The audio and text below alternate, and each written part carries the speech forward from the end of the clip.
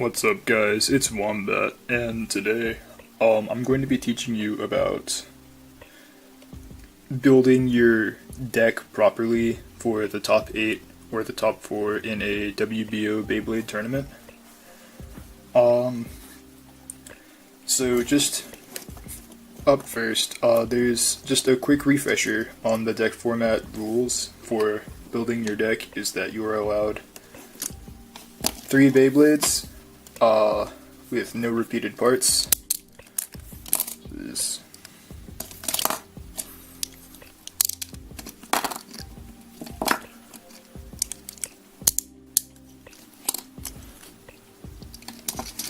And up to 1 launcher for each spin direction.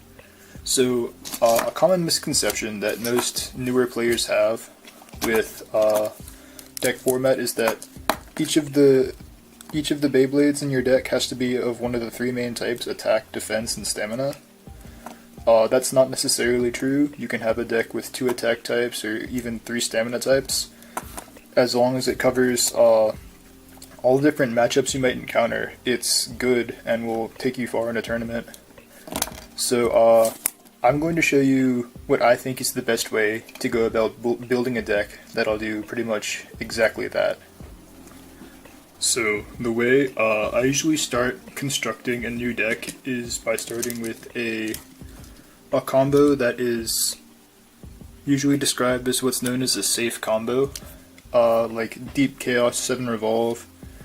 This combo generally is a safe pick against unskilled opponents because they won't be able to use combos specifically designed to beat it. It's relatively easy to use. You just launch hard and you outspin things, and doesn't really have a ton of weaknesses either. So this is the combo you will be building your deck around. For deciding your next 2 Beyblades, you need to take a look at what this Beyblade's weaknesses are. For this combo in particular, it's weak to right spin attack, because Deep Chaos is pretty easy to burst. Most Drain Fafnir combos, since Revolve will be outspun in opposite spin by Atomic, Destroy, Bearing, possibly even another Revolve. And then lastly, also right spin Atomic as a destabilizer. So to cover the weakness to most Drain Fafnir combos, I would also choose to include Nightmare Longinus on something like Hunter or Extreme. I have Bump Hunter here, because Nightmare Longinus is pretty effective against Drain Fafnir since they're both left spin, and I can use that to counter DF Atomic, DF Destroy, DF Bearing, DF Revolve if those show up to beat the Deep Chaos. And Nightmare Longinus does kind of struggle against right spin combos though. So both of these would lose to something like, I feel like Nightmare Longinus is also probably pretty good at anti-attack, so it would stand a good chance against right spin attackers, just because of its sheer weight. But both of these are kind of weak to right spin atomic and right spin attack to extent. So which is why I'd include something like Drain Fafnir, Zero Glaive Destroy as well.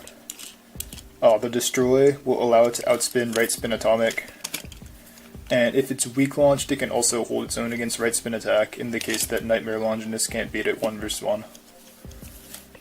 So overall, this deck, it's designed so that the weaknesses of each combo balance each other out. Nightmare Longinus is weak to most right spin combos. Drain Fafnir Destroy balances that out.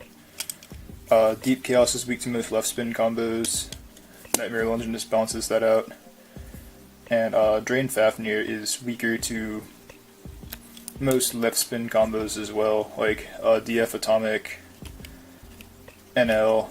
But Deep Chaos can hopefully counter something like Nightmare Longinus, and Nightmare Longinus can deal with like DF Atomic and other threats like that. So overall, the key to designing a well-balanced deck is to choose one Beyblade to base it around, and then 2 other combos that cover its weaknesses.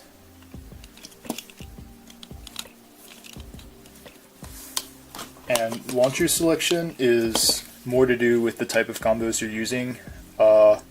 I think in this deck I'd actually opt for the long winder and right spin, or the Phoenix winder, just because you don't need a ton of skill or a ton of precise aim to launch Deep Chaos, whereas for Hunter and Destroy you're going to need the more control that the string launcher offers. But launcher selection isn't as important as combo selection per se. But overall, I hope this has been an informative video. I didn't really explain much of it too well. It's kind of a you have to know a lot about the matchups before designing a deck like this, and that's not really something I can just teach in one whole video. It's kind of something you have to figure out yourself, or watch other people with all the different battles. But knowing your combo matchups is just a key to building a solid deck that covers all of your weaknesses and makes it so there's not really a combo that someone can pull out that you can't really have a response to. So, yeah. I will see you guys next time.